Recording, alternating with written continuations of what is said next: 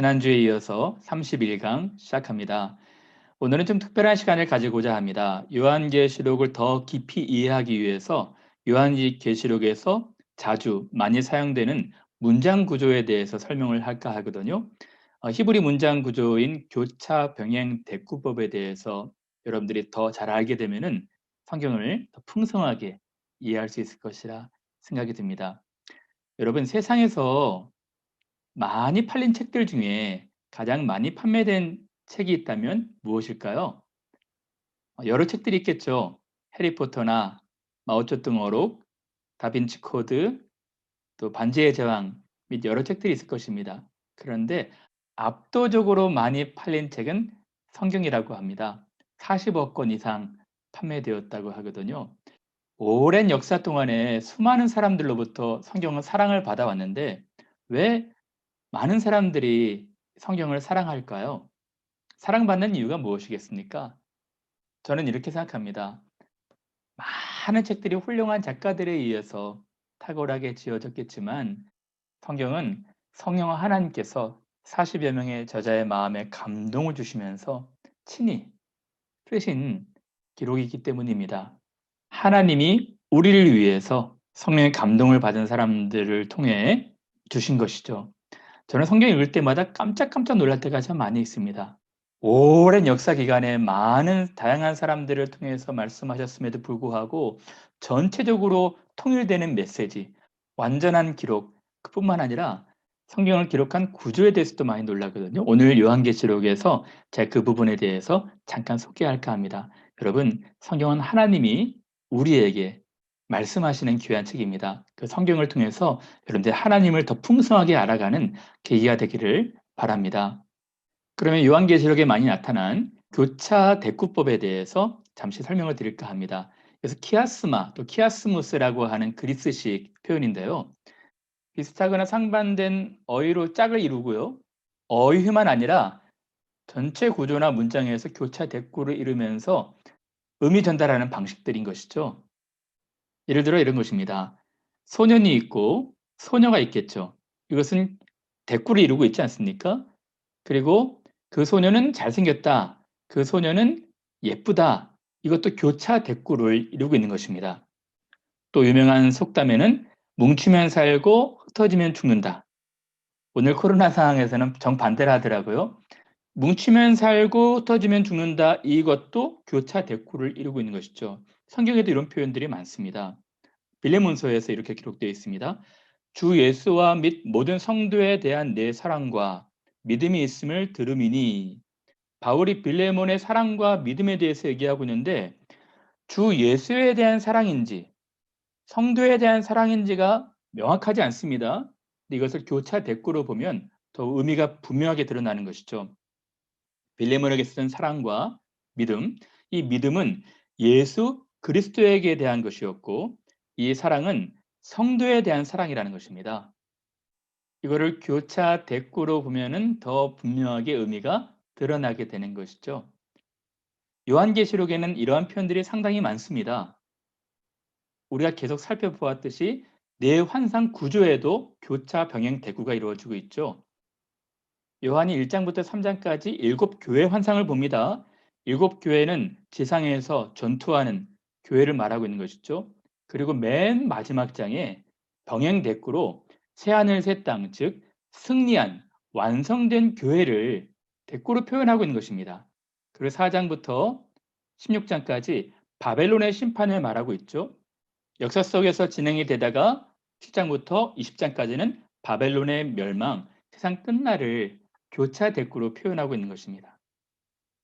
내 환상뿐만 아니라 전체 구조에서도 교차 대꾸가 사용되고 있거든요. 요한계시록의 전체 주제가 무엇입니까? 세상 나라가 우리 주 예수 그리스도의 나라가 된다는 것입니다. 이것이 한 중심에 설명이 되고 있고요. 그리고 처음과 끝에 교차 대꾸를 하고 있는 것이죠. 첫째 이렇게 표현합니다.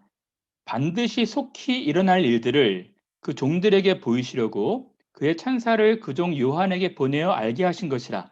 이 예언의 말씀을 읽는 자, 듣는 자, 그 가운데 기록한 것을 지키는 자가 복이 있다. 알파와 오메가라. 이제도 있고 전에도 있었고 장차 올 자요 전능한 자로 소개하고 계시죠. 맨 마지막에도 동일하게 대꾸가 되는 것입니다. 하나님이 그의 종들에게 반드시 속히 되어질 일들을 보이시려고 그의 천사를 보내셨도다. 보라 내가 속히 오리니 이 두루마리 예언을 지키는 자에는 복이 있으리라. 흥미로운 것은 처음에는 있는 자, 듣는 자들, 지키는 자로 소개되고 있죠. 맨 마지막에는 이미 읽고 들었기에 지키는 자만 표현하고 있는 것입니다. 그리고 끝은 알파 오메가 처음 마지막 시작과 마침에 대해서 소개하고 있죠. 그리고 다음 절에 보시면 어린 양 예수 그리스도의 영광을 표현하고 있습니다. 요한에게 나타난 그리스도께서 영광스러운 모습이었죠. 그리고 맨 마지막에는 그리스도와 함께하는 어린 양을 따르는 교회의 영광, 신부의 영광을 표현해주고 있는 것이죠. 흥미롭죠? 그리고 다음 구절에는 일곱 교회에 편지하면서 이기는 자는 이러한 상급들이 있을 것이라 약속하고 있죠.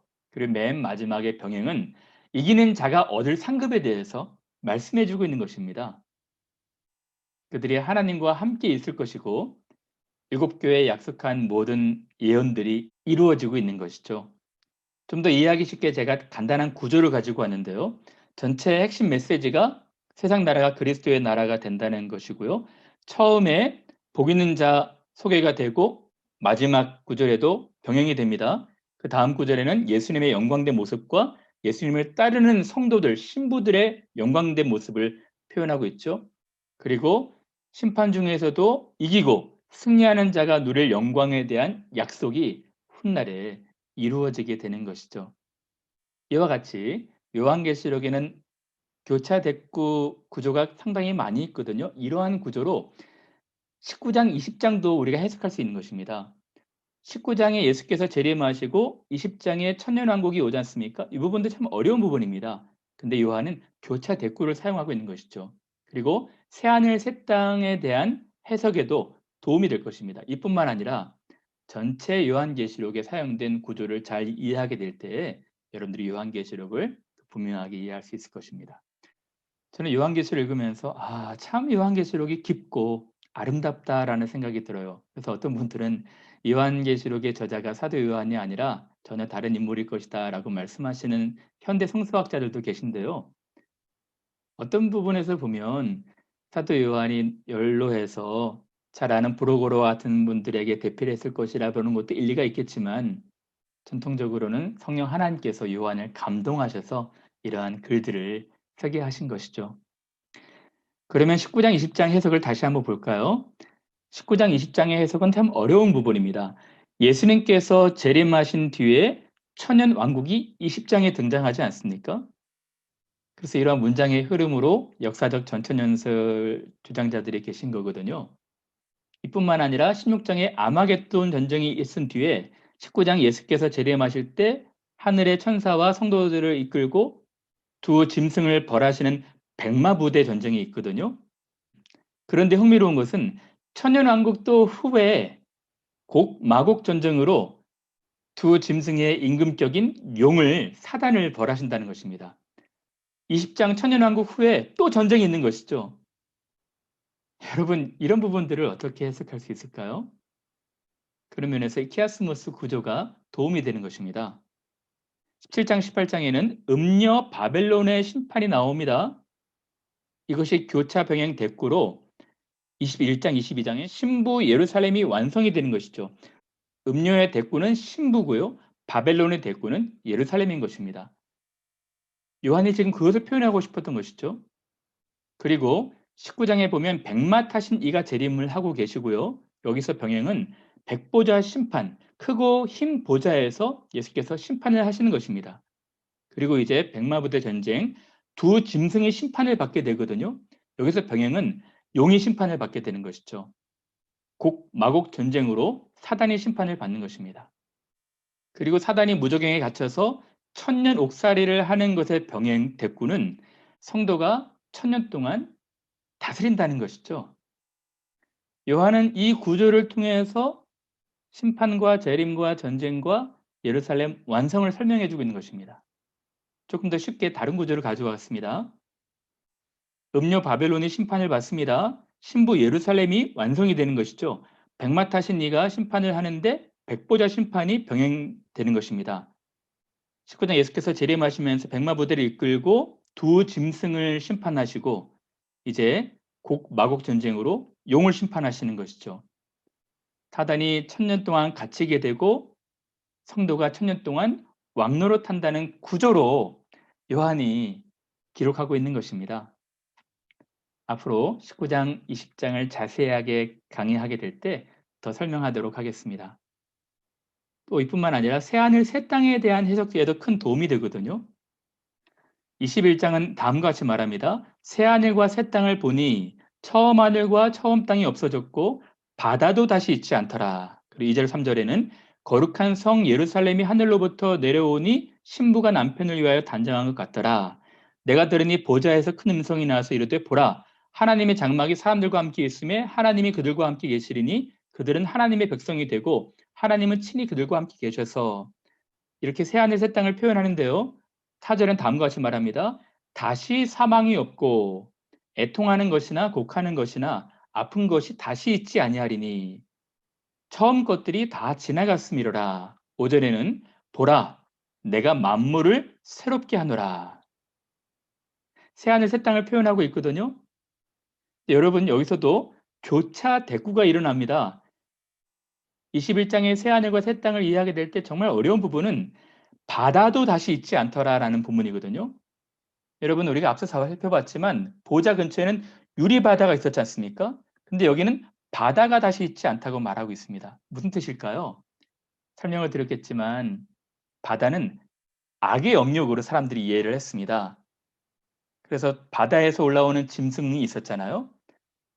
그런 악의 영역이 있는 바다가 사라진다는 것이죠. 수정과 같이 맑은 유리 바다만 존재하는 것이죠.